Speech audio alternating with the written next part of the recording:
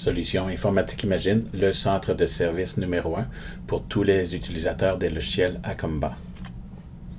Voici l'ensemble de tous nos services. En gros, nous sommes spécialisés en formation et implantation pour les usagers des utilisateurs Acomba.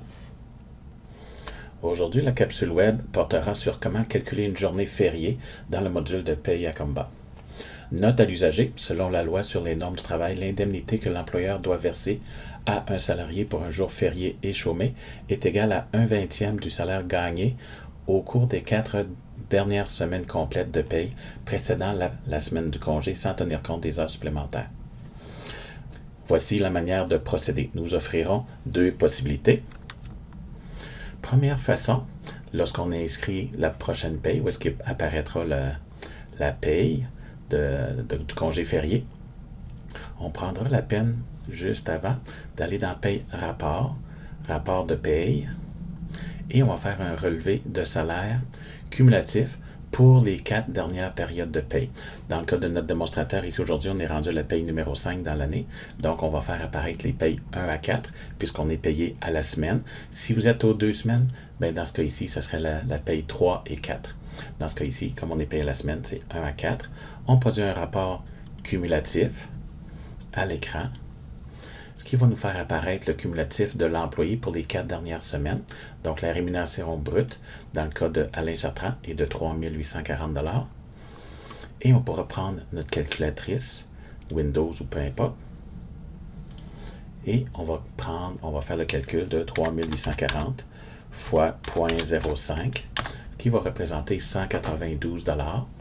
Donc, le 192 $, lorsqu'on va faire la paye, on va dans paye saisie, inscription comme toujours. On est rendu à la paye numéro 5 d'Alain Chartrand. Et au lieu de lui payer 40 $, on va lui payer 32 $ à son taux horaire régulier, 24. Et on a son montant qui est de 192, donc à la variable 106, on inscrira le montant du congé payé. Donc dans ce cas ici, c'est 192 $. Par contre, comme c'est assujetti à l'assurance emploi, ben on doit indiquer combien d'heures représente le 192 $. Donc on fait notre 192 divisé par le taux horaire, 24 $ l'heure dans ce cas ici. Ça représente exactement 8 heures de travail. Et on inscrit, on fait des enter. La paye est effectuée, on enregistre la paye. On fait ça pour tous les employés.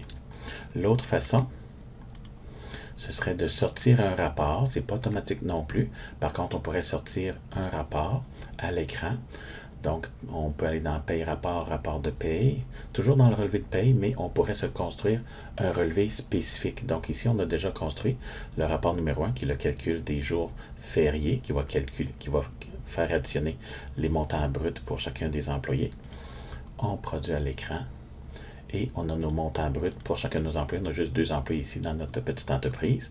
Et il n'y aurait pas de calcul ici qui soit automatiquement. Si vous tenez absolument à avoir un calcul automatique, il n'y a rien qui nous empêche d'envoyer tout ce rapport-là dans Excel. On se place en mode Excel ici.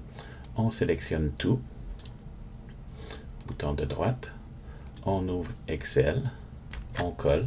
Et on a mis notre petit point 0,5 avec notre formule mathématique qui va compter automatiquement la rémunération assujettie pour le congé férié. Donc, et on pourrait sauvegarder cette page de travail-là pour référence ultérieure. Donc, ça, c'est une autre façon de faire apparaître le calcul du congé férié qu'on pourrait aller retourner inscrire dans la paye numéro 5. Donc, c'est les 2 façons relativement faciles pour inscrire le 0.05 pour un congé férié. Donc, c'est nos 2 petits trucs. Il y a ici des sites d'intérêt. Donc, vous pouvez aller sur les sites du gouvernement du Québec et du Commission des normes du travail pour avoir plus de détails. Merci beaucoup de votre attention et bonne journée.